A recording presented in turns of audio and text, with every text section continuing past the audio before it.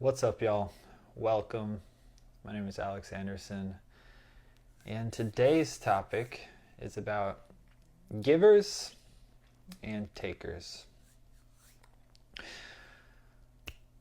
So, givers give and takers take. So, in a perfect world, we would give and take equally. There would be an equal energy exchange with people and everything would be balanced. But unfortunately, if you are a giver and oftentimes you find yourself giving more than you receive, it can leave you feeling drained. And at the end of the day, it's because we don't have boundaries yet, as well as we've been taught that our value comes from what we can give. So, unfortunately, if you're a giver like me, you may have learned that oftentimes we attract takers and can leave us feeling very depleted. So, we have to learn basically to have boundaries because takers love givers. They love to take,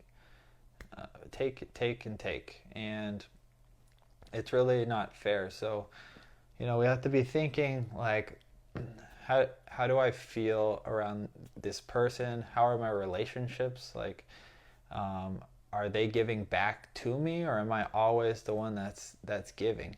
And if you're in that situation, then it's okay, and it's a form of self-love to like be like, I need my own space, as well as like you could be in the middle of something with somebody and you start to feel drained and you're just like, okay, it's time for me to leave. So there's nothing wrong. In fact, that's actually a form of self-love, to take time for yourself, especially when you're feeling drained. I think as givers, it's hard for us to understand why people don't give back and they're always taking. And I think it's really hard because I feel like to be a giver, it's very like it's pure. It's like we want to give, but we also want to receive, and it's sad when we're not receiving the reciprocal. When we're always giving and we're wondering like, why are we not getting anything back sometimes? And it's a big wake-up call because I think when you're a giver, you assume that everybody has the best intentions for you. And we learn the hard way sometimes that's not the case.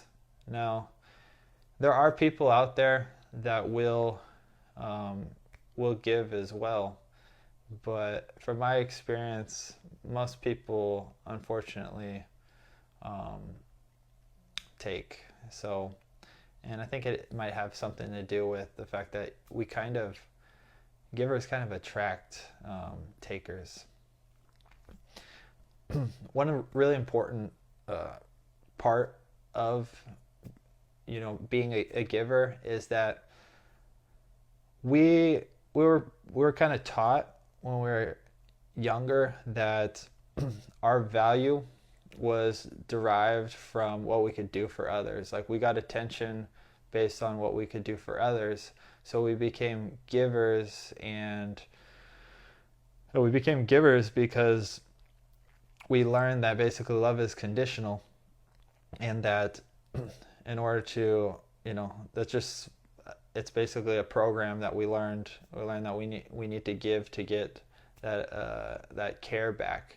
But we have to understand that we are valuable, and we're worth being loved, regardless of what we give. So there's a shift that also needs to happen, not only with the boundaries, and that is just learning that you are a valuable person regardless of whether you give or not, and your value doesn't derive, and you're worth being loved regardless of whether you're doing things for people.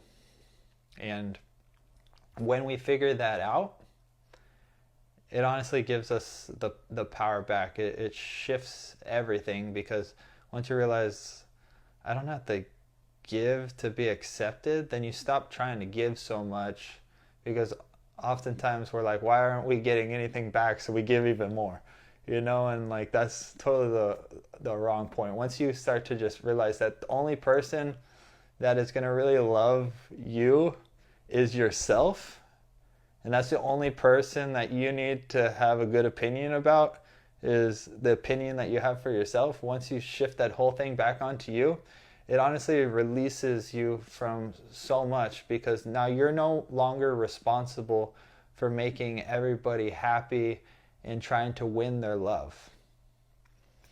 So, food for thought. And if you guys like videos on this topic, make sure to like, comment, and subscribe.